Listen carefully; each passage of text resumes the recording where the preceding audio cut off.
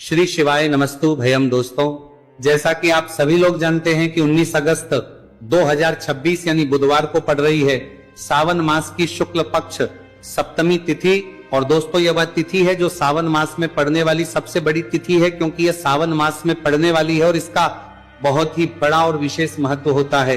पूज्य गुरु जी ने कहा है कि अगर कभी भी मौका लग जाए और सावन मास की सप्तमी तिथि बुधवार को पड़ जाए तो आप लोगों को सात हरा दूर्वा का उपाय तो अवश्य ही करना चाहिए। इन दोनों का संयोग बहुत ही कम आता है।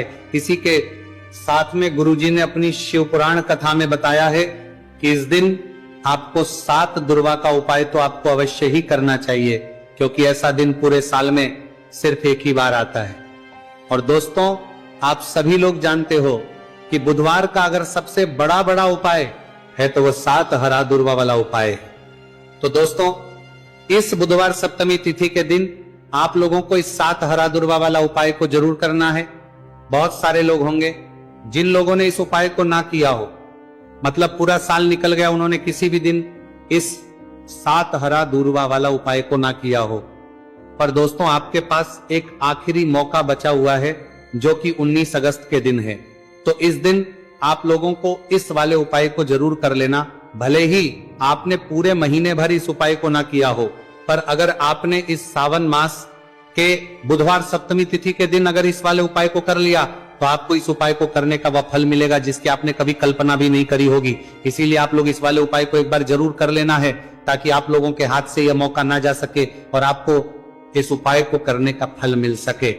दोस्तों, यह उपाय पंडित जी ने अपनी अभी ही शिव महापुराण की कथा में बताया है, जिस उपाय को आज हम आपको बहुत अच्छे से समझाने वाले हैं। इस वीडियो को देखने के बाद इस उपाय को समझने के लिए आपको कोई और वीडियो को देखने की जरूरत नहीं पड़ेगी। तो चलिए दोस्तों, उपाय को शुरू करते हैं। देखिए, ये इस सावन मास के बुधवार सप्तमी तिथि के दिन ये इतना खास होता है, इतना महत्वपूर्ण होता है। देखा गया है कभी कभी बड़े बड़े पूजा पाठ अनुष्ठान से जो मनोकामना पूर्ण नहीं होते, वह सावन मास के बुधवार सप्तमी तिथि के दिन एक छोटे से उपाय करने से ही आपकी मनोकामना पूर्ण हो जाती है। और बहुत सारे लोगों ने इस उपाय को किया भी है और उनको इस उपाय को करने का फल भी जरूर मिला है। अगर आप लोग भी इस उपाय को करना चाहते हैं तो आप इस उपाय को पहले अच्छे से समझ लेना, सुन लेना, उसके बाद करना। आपको इस उपाय का फल जरूर ही, और इस उपाय को कर लेने से आपके घर में चाहे किसी भी प्रकार की दुख और समस्या क्यों ना चल रही हो, आपको उसका कारण भी नहीं पता है कि भाई ये समस्या किस कारण से चल रही है। उसका कुछ भी कारण हो सकता है, जैसे इसे पितृदोष हो सकता है या किसी भी तरह का मंगल दोष भी हो सकता है। तो इस दिन आप लोगों को यह वाला उपाय कर लेना है। यह एक ऐसा उपाय है जिस उपाय को अगर किसी विशेष दिन पर किया जाए तो भाई उस विशेष दिन का जो है वो तो मिलता ही मिलता है।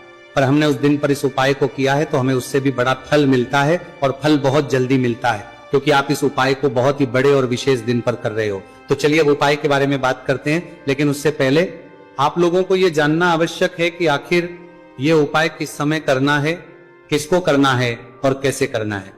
तो चलिए हम आगे आपको वीडियो में एक एक करके बता देते हैं।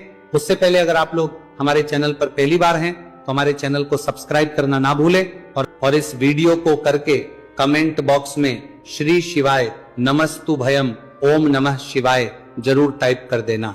तो दोस्तों, इस सात दुर्वा वाला उपाय को हमें इस बुधवार सप्तमी तिथि के दिन कैसे करना है, किसको करना है, किस समय करना है और कहां पर करना है, ये सारे सवालों के जवाब आपको इस वीडियो में मिल जाएंगे। और जो ये वीडियो देखेगा भाई, उसको सात हरा दुर्वा वाला उपाय जरूर करना चाहिए, क्योंकि इस दिन सात दुर्वा का भी बहुत ही बड़ा और विशेष महत्व होता है। और जब बात आ जाए हरा दुर्वा की तो ये सोने पर सुहागा वाली बात हो जाती है, और ये एक बहुत ही बड़ा उपाय हो जाता है इस बुधवार सप्तमी तिथि का। तो अब दोस्तों, इस सात हरा दुर्वा वाला उपाय को आखिर करना किसको है, सबसे पहले हम लोग वो बात जान लेते हैं। तो देखो, घर की जो बड़ी माताएं बहनें होती हैं, उन माताओं बहनों में से कोई भी एक बड़ी माता बहन इस वाले उपाय को कर सकती है। और दोस्तों, अगर आप चाहें तो अपने घर में से सभी सदस्यों भी इस उपाय को करवा सकते हैं।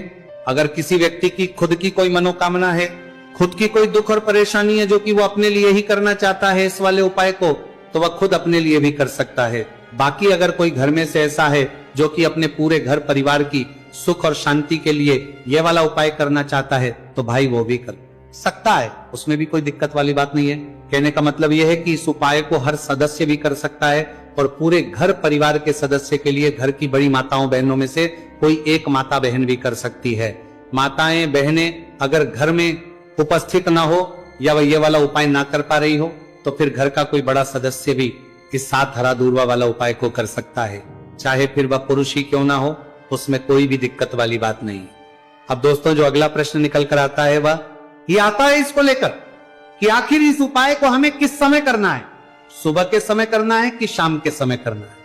तो देखो इस वाले उपाय को आप लोग सुबह के समय भी कर सकते हो और शाम के समय प्रदोष काल में भी कर सकते हो। अब अगर आप पूछो कि भाई सबसे उत्तम समय कौन सा रहेगा इस 7 हरा दूर्वा वाला उपाय को करने का, तो हम आपसे बस यही कहेंगे कि इस उपाय को आप सुबह के समय करेंगे तो ज्यादा बेहतर होगा। बाकी अगर प्रदोष काल के समय भी करेंगे तो भी अच्छा होगा, उसमें कोई भी दिक्कत वाली बात नहीं। तो अब दोस्तों जो अगली सबसे बड़ी और महत्वपूर्ण बात आती है वह यह आती है कि सुबह अगर हम उपाय को करेंगे तो हमें कितने बजे से लेकर कितने बजे तक के बीच में करना है, और शाम के समय प्रदोष काल में करेंगे तो हमें कितने बजे से लेकर कितने बजे के बीच में करना है। तो देखो सुबह जितनी जल्दी हो सके आप उपाय को करने की कोशिश करना। बाकी अगर कारणवश लेट भी हो जाओ, थोड़ी देर भी हो जाए, तो 10 या 11 बजे तक भी आप उपाय कर लेना, पर 12 बजे से ज्यादा देरी ना हो, ठीक है, इस बात का ध्यान रखना। उसके बाद में दोस्तों अगर शाम के समय प्रदोष काल की बात करें, प्रदोष काल का जो समय है होता है वो शाम के 6 बजे से शुरू हो जाता है। मतलब शाम के 6 बजे से लेकर शाम के 6 बजे से रात के 8 बजे के बीच का जो समय होता है, यह समय प्रदोष काल का समय होता है। तो इस उपाय को 7 या 8 बजे के बीच में भी कर सकते हो, मैं आप कभी भी इस वाले उपाय को कर सकते हो, उसमें कोई भी दिक्कत वाली बात नहीं है। तो सावन मास का महीना ही है जो आपको धन दौलत पुण्य दोनों ही देने वाला है। सावन मास के महीने में तुलसी का पूजन करके श्री हरि विष्णु से जुड़े हुए कुछ उपाय करके आप अपने जीवन की निर्धनता, धन से जुड़ी समस्याएं, कर्जे से जुड़ी समस्याओं को हमेशा के लिए दूर कर सकते हैं। दोनों को भगवान विष्णु को तुलसी अति प्रिय है, इसलिए उनकी पूजा में भी विशेष रूप से हम तुलसी का उपयोग करते हैं। और बिना तुलसी दल के, बिना तुलसी मैया के श्री हरि विष्णु की पूजा और उनका भोग दोनों ही अधूरे होते हैं। इसीलिए सावन मास के महीने में ऐसा उपाय आपको बताने वाले हैं जिसे करने से श्री हरि विष्णु की असीम कृपा आपको मिलेगी और मां तुलसी से ऐसा आशीर्वाद मिलेगा, जीवन का हर दुख, हर कष्ट, गरीबी, निर्धनता, कर्जे से जुड़ी समस्याएं सब कुछ ही आपके जीवन से दूर हो जाएगा और सुख, समृद्धि, धन, वैभव, ऐश्वर्य सब कुछ आपको अपने जीवन में आसानी से मिलने लगेगा। तो चलिए बात कर लेते हैं कि कौन सा उपाय है, तुलसी के पौधे में कौन सी चीज आपको रखनी है और इस उपाय को किस समय करना है। देखिए सबसे पहले तो आपको बता दे कि अगर आपके घर में तुलसी का पौधा नहीं है तो सावन मास के महीने में एक तुलसी का पौधा अपने घर में लाकर जरूर लगाए, क्योंकि सावन मास के महीने में जो लोग अपने घर में तुलसी जी का पौधा लाकर लगाते हैं, माँ तुलसी का पूजन करते हैं, कभी भी माँ तुलसी उनके घर में निर्धनता नहीं रुकने देती है। हमेशा उनके घर में धन की वृद्धि होती है, धन की वर्षा होती है। तो जरूर से तुलसी का पौधा आप सावन मास के महीने में अपने घर जरूर लेकर आए और अच्छे से आपको माँ तुलसी का पूजन करना है, माँ तुलसी के पौधे की देखभाल करनी है। और वह कौन चीज है जो आपको तुलसी के पौधे में सावन मास के महीने 19 अगस्त बुधवार सप्तमी तिथि में रखना है, और कैसे ये चीज रखते ही रातों रात आपके जीवन में चमत्कार होगा और आपके भाग्य का भी आपको साथ मिलेगा। तो देखिए इस वीडियो में जितने भी उपाय हम आपको बताएंगे सभी उपाय सरल है। देखो गुरुजी ने कहा है कि बुधवार के दिन आपको 7 हरा दूर्वा वाला उपाय तो अवश्य ही करना चाहिए। वीडियो के अंतिम में आपको उपाय बताया आपको करना है। देखो आगे बढ़ने से पहले वीडियो को एक लाइक जरूर करें। देखो सबसे पहला उपाय, यदि आपके जीवन में कर्जा बहुत अधिक है, आपके जीवन में संकट बहुत अधिक रहते हैं, आपके ऊपर बहुत अधिक विपदा आ रही है, बार बार आपको अपने व्यापार में और अपने धन में हानि देखने को मिल रही है, यानी कि आपको प्रत्येक कार्य में हानि हो रही है, तो आपको ये उपाय करना चाहिए। इस उपाय को करने के लिए आपको दो चीजों की आवश्यकता होगी। सबसे पहले है, आप जानते हो, जो कि भगवान गणेश जी को समर्पित होती है, तो आपको वो हरा दुर्वा की आवश्यकता होगी। साथ ही में 1 लोटा जल की आवश्यकता होगी। और आप जब भी उपाय को करें, जिस दिन भी आपको करें, तो आपको प्रातः कल सुबह वो करना है। इस बात का विशेष रूप से आपको ध्यान रखना है, ठीक है। तो आपको एक हरा दुर्वा लेनी है। अगर आधा हरा दुर्वा भी मिल जाती है तो भी कोई दिक्कत नहीं है, बस आपको हरा दुर्वा है। अगर ज्यादा ना मिले तो उस स्थान पर एक हरा दुर्वा भी ले सकते हैं। हरा दुर्वा आपको आसानी से कहानी पर भी मिल जाएगी। बस याद रखिएगा, शुद्ध दुर्वा, और मतलब उसे शुद्ध करके ही उपयोग में लीजिएगा, है ना।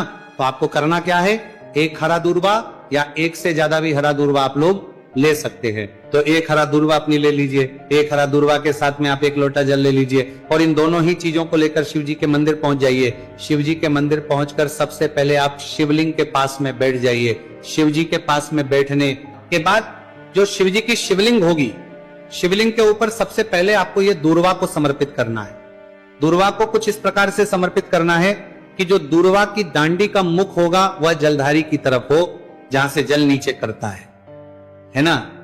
और जो हरा दूर्वा का मिला हुआ भाग होगा वो अपने आप शिवाजी के पीछे की तरफ हो जाएगा, ठीक है। तो इस प्रकार से ये हरा दूर्वा का, ये दूर्वा आपको भगवान शिव जी का शिवलिंग के ऊपर समर्पित करनी है। और जो 1 लोटा जल आप अपने साथ लेकर आए हैं, इसी दूर के ऊपर भगवान शिव जी के शिवलिंग के ऊपर एक धारा से आपको समर्पित कर देना है, ठीक है। अब यहां पर देखने बात यह है कि ये उपाय इस व्यक्ति को करना है जिस व्यक्ति की नौकरी नहीं लग रही हो, जो व्यक्ति परीक्षा में पास होना चाहता हो, तो इस व्यक्ति को अपने हाथों से इस उपाय करना है, तभी उपाय कम करेगा, ठीक है। उपाय को करने के बाद आपको 3 महीने उपाय आपको कब तक करना है, जब तक कि आपकी नौकरी ना जाए। जब तक आप इस उपाय को नियम के साथ करो, आपकी नौकरी जरूर लगेगी। अब बात करते हैं दूसरे उपाय के बारे में। तो देखिए, दूसरे उपाय जो है, देखिए इस उपाय के लिए आपको मात्र 1 लौंग का जोड़ा लेना है, यानी कि 2 फूल वाली लौंग लेनी है। साथ में आपको मात्र थोड़ा सा शहद लेना होगा और इसी के साथ में आपको तांबे के पात्र अंदर शुद्ध जल लेना होगा। अब देखिए, इन सभी सामग्रियों को लेकर के आपको भगवान शिव के मंदिर में पहुंच जाना है। देखिए, ये उपाय आप सुबह से लेकर शाम तक कर सकते हैं। तो वह सबसे पहले तो आपके पास जो 2 फूल वाली लौंग है, उन्हें आपको शहद के अंदर अच्छे से डुबो है, यानी कि दोनों लौंग पर आपको अच्छे से शहद का लेपन कर देना है। अब आपको जो आपके पास 1 लोटा जल है, सबसे पहले तो उसे शिवलिंग पर धीरे धीरे समर्पित करना है और श्री शिवाय नमस्तु भयम इसका जाप करते हुए समर्पित कर देना है। अब आपके पास जो 2 फूल वाली लौंग है शहद से, उसे आपको शिवलिंग पर अर्पित करना है और आपको प्रार्थना करनी है कि जीवन में जो रोग की स्थिति है वो समाप्त हो, जीवन के जो संकट और समस्याएं हैं वो सभी समाप्त हो, जीवन से जो कर्ज की समस्या है वो समाप्त हो। इस प्रकार से प्रार्थना करते हुए ये जो 2 फूल वाली लौंग ही शहद संयुक्त इस आपको शिवलिंग पर अर्पित कर देनी है। आपकी जो भी समस्या होगी इस बुधवार के दिन अवश्य ही समाप्त हो जाएगी। तो इस प्रकार से आपको पहला उपाय करना है। अब हम बात कर लेते हैं दूसरे उपाय के बारे में।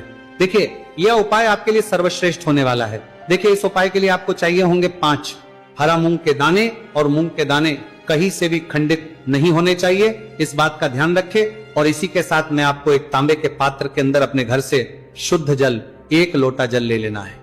अब दोस्तों, इन सभी सामग्रियों को लेकर के आपको सीधे पहुंच जाना है भगवान शिव के मंदिर में। देखिए, इस उपाय को भी आप सुबह भी कर सकते हैं और शाम के समय में भी कर सकते हैं। देखिए, भगवान शिव के मंदिर में पहुंचने के बाद आपके पास जो 5 हरे मूंग हैं, उनमें से पहला जो हरा मूंग है, आपको शिवलिंग के सामने जो नंदी महाराज होते हैं और उनका जो पैर उठा हुआ होता है, वहां पर आपको पहला हरा मूंग समर्पित करते हैं और आपको श्री शिवाय नमस्तु भयम इसका जाप कर लेना है। फिर आपको दूसरा हरा मूंग लेना है और शिवलिंग पर जो श्री गणेश जी वाला स्थान होता है, वहां पर आपको ये दूसरा हरा मूंग समर्पित कर देना है, यानी कि शिवलिंग के सीधे तरफ आपको ये दूसरा हरा मूंग समर्पित करना है। और फिर आपको ओम गण गणपते नमः या फिर ओम श्री गणेशाय नमः इसका जाप कर लेना है। तीसरा हरा मूंग का दाना आपको भगवान शिव की सबसे प्रिय पुत्री माता अशोक सुंदरी वाले स्थान पर समर्पित करना। शिवलिंग की जो जलाधारी होती है, जहां से जल बह करके आता है, उसी जलाधारी के बीच में जो कहीं कहीं उठी हुई लाइन होती है सांप की आकृति के रूप में, वहीं पर आपको तीसरा हरा मूंग समर्पित करना है और फिर आपको ओम नमः शिवाय इसका जाप कर लेना है।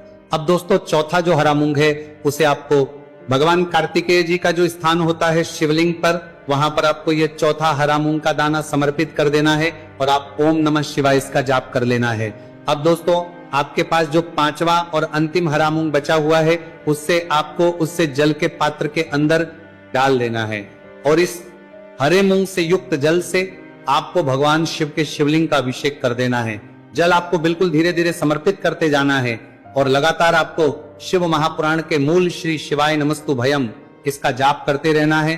फिर आपको शिवलिंग के आगे बैठकर, यदि आप अपने बच्चों के लिए ये उपाय कर रहे हैं, यदि आप अपने बच्चों की बुद्धि ज्ञान और विवेक के लिए उपाय कर रहे हैं तो उसके लिए आपको प्रार्थना कर लेनी है, या फिर व्यापार में वृद्धि करने के लिए ये उपाय कर रहे हैं तो उसकी कामना करते हुए आपको प्रार्थना कर लेनी है, या फिर अपनी नौकरी के लिए कर रहे हैं, या फिर अपने इंटरव्यू के लिए, या फिर धन की प्राप्ति के लिए कर रहे हैं। जिस भी कामना के लिए आप उपाय कर रहे हैं उसे परिपूर्ण करने के आपको महादेव से प्रार्थना कर लेनी है और फिर आपको वापस अपने घर आ जाना है।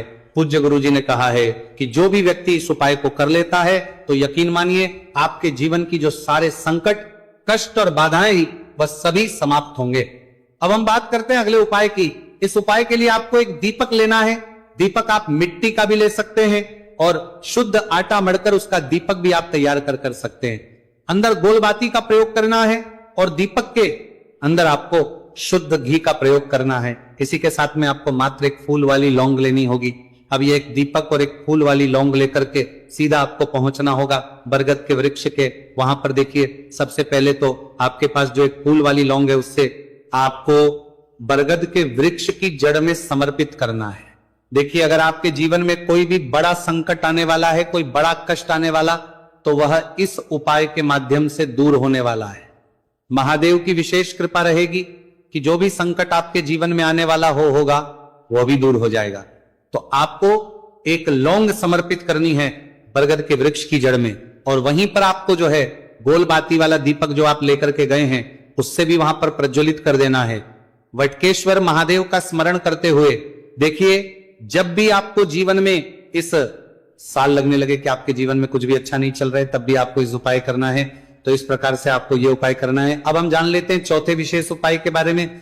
देखें यदि आपके विवाह में, शादी में कोई भी समस्या आ रही है, यदि आपका जो कर्ज है वो दिन पर दिन बढ़ते ही जा रहा है, तो आपको यह चमत्कारी उपाय करना चाहिए। कोई भी समस्या अगर जीवन में है तो उसे दूर करने के लिए आपको इस उपाय करना चाहिए। मंगल दोष से जुड़ी हुई समस्या भी है तब आपको यह उपाय करना चाहिए। देखिए इस उपाय के लिए आपको एक तांबे के पात्र के अंदर अपने घर से शुद्ध जल लेना है और इसी के साथ में आपको एक चुटकी लाल चंदन लेना होगा। अब आपको क्या करना है कि जो लाल चंदन आपने लिया है उसे आपको उससे जल के पात्र के अंदर डाल देना है और ये जल जो है आपको लाल चंदन से युक्त तैयार कर लेना है और